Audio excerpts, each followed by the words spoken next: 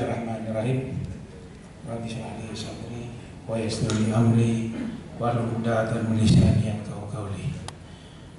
Yang kami hormati Bapak Gubernur Haji Sutarmiji SH.M.Hum, yang kami hormati Bapak Rektor Profesor Garuda Wiku, yang kami hormati Bapak Sekjen Bapak Dr. Bambang Hendroyono dan jajaran yang kami cintai.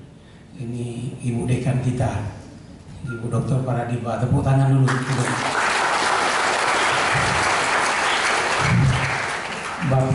Bapak, Ibu hadirin hadirat semua yang berpuasa, selamat berpuasa. Yang tidak dapat saya sebutkan satu persatu, mohon maaf. Jadi hari ini sebenarnya hari yang berbahagia. Selamat datang untuk Pak Sekjen kita. Ini Pak Sekjen ini jangan dilihat namanya Pak Bambang Hendroyono, orang Jawa, bukan. Pak Bambang ini orang Kalimantan Barat. Mengapa? Karena waktu beliau tugas ASN PNS-nya itu di Kanwil kita sini. Dan beliau punya komitmen. Aduh, saya jadi merinding ya Pak. Beliau sudah melakukan sesuatu untuk UNTAD. Yang pertama, KHDTK. UNTAD punya hutan pendidikan Pak Rektor. Waktu itu beliau memberi 5.000 hektar. Kemudian juga ditingkatkan menjadi hampir 20.000 hektar. Tepatnya 19.661 hektar. Terima kasih Pak Sekjen. Ini dukungan Pak Sekjen. Jadi alhamdulillah kami perkenalkan, setelah saya tidak jadi dekan kemarin Pak Gubernur, saya dapat amanah menjadi Ketua Forum Kolaborasi Rimbawan Indonesia, tepatnya 12 November 2021. Apa itu Forum Kolaborasi? Forum Kolaborasi Rimbawan Indonesia bukan hanya komunikasi, bukan hanya mau ngomong doang saja, tetapi kita ingin berkontribusi, melakukan sesuatu, kolaborasi.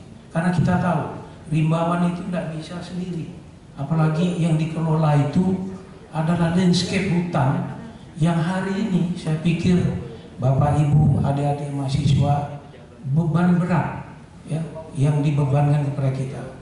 Apalagi kita punya presiden Bapak Insinyur Joko Widodo itu adalah Rimbawan. Hari pertama setelah saya dilantik, jadi FKRI itu didirikan sebenarnya 2015 di Cakwa. Pada waktu itu beberapa alumni dari perguruan tinggi kita terkemuka, UGM, IPB, Unmul, Unhas, ini ngumpul. Waktu itu utusan dari UNTAN itu Profesor Ani Muin. Nah, kemudian forum ini berdiri 2015, anggotanya yaitu program studi kehutanan se-Indonesia.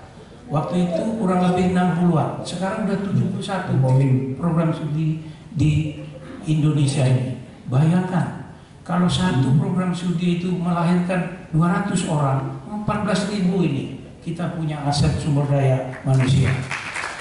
Belum lagi ditambah Rimbawan itu udah ada BKTH ya, yang gelarnya itu, kamu sekarang misalnya lahirnya S.Hud, dulu itu insinyur, sekarang itu udah tersertifikasi menjadi IPM, IPU, IPP, insinyur profesional utama, insinyur profesional media, dan insinyur profesional pertama. Kalau kedokteran juga punya, ya, kita udah punya untuk profesor. Hanya kebetulan belum kita buka di UNTAD karena syaratnya masih harus kita penuhi. Ya mudah-mudahan nanti dapat dukungan Pak Rektor kita untuk membuat prodi profesional kehutanan yang baru ada itu di UGM, IPB, Jambi, ya, termasuk di Unmul. Nah, mudah-mudahan nanti tahun depan nih Pak di UNTAD Pak. Tepuk tangan dulu lah. Nah, tentunya dalam kesempatan 3 hari pertama saya diangkat waktu itu, saya mencoba menulis surat ke Pak Jokowi. Ya. Saya tulis surat ke Pak Jokowi. Inti surat itu adalah coba waktu itu nomor suratnya tak lihat dulu, nomor 3 ya, 2021 tepatnya 7 Desember. Di situ saya ceritakan bahwa Limbawan komunitas terintegrasi di seantero Nusantara dalam wadah FKRI. FKRI berdiri 2015 dan mempunyai anggota hampir 63 perguruan tinggi, fakultas kehutanan dan jurusannya. Ada 8 organisasi Limbawan yang mempunyai perwakilan di seluruh provinsi di Indonesia. Salah satu dari 4 tujuan FKRI yang penting itu adalah membangun dan mengembangkan konektivitas antar Limbawan untuk memperkuat solidaritas dan jiwa korsa Limbawan dalam menghadapi isu dan permasalahan pengelolaan hutan dan pengurusan hutan. Hari ini kita buktikan dengan tema yang kita angkat, walaupun bunyinya mungkin agak aneh, Polu Netsing 2030. Sebenarnya kemarin waktu Bu Dekan ketemu Bu Menteri di Banjarbaru ya, di Balikpapan, seluruh pimpinan dekan-dekan kehutanan, Bu Menteri itu berpesan untuk mensukseskan pelaksanaan Polu Netsing. Apa itu Polu? Polu itu kepanjangan dari F-nya itu forestry, L-U-nya land use.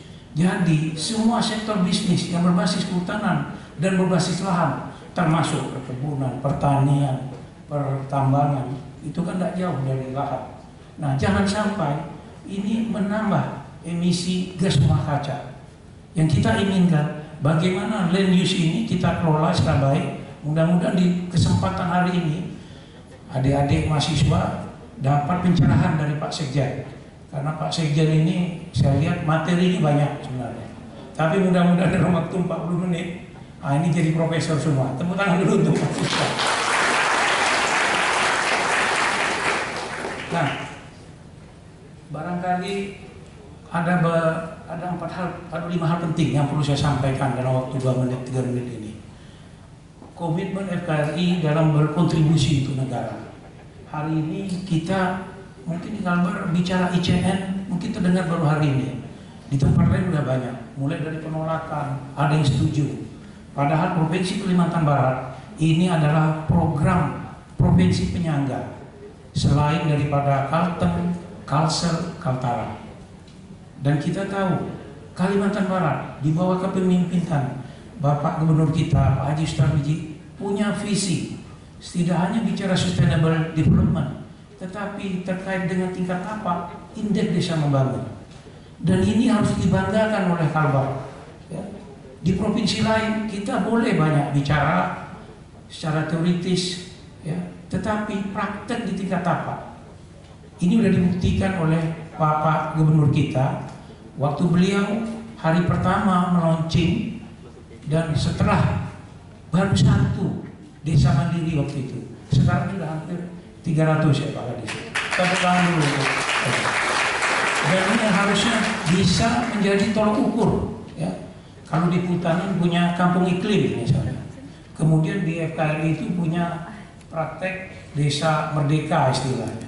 Tetapi dia punya sistem, apalagi udah diperdakan, ini patut kita contoh karena terukur. Jadi siapapun yang melaksanakan indeks pelaksanaan di tingkat apa, termasuk dalam pengelolaan hutan lestari, ini bisa terukur dari aspek baik itu aspek lingkungan, sosial dan ekonomi.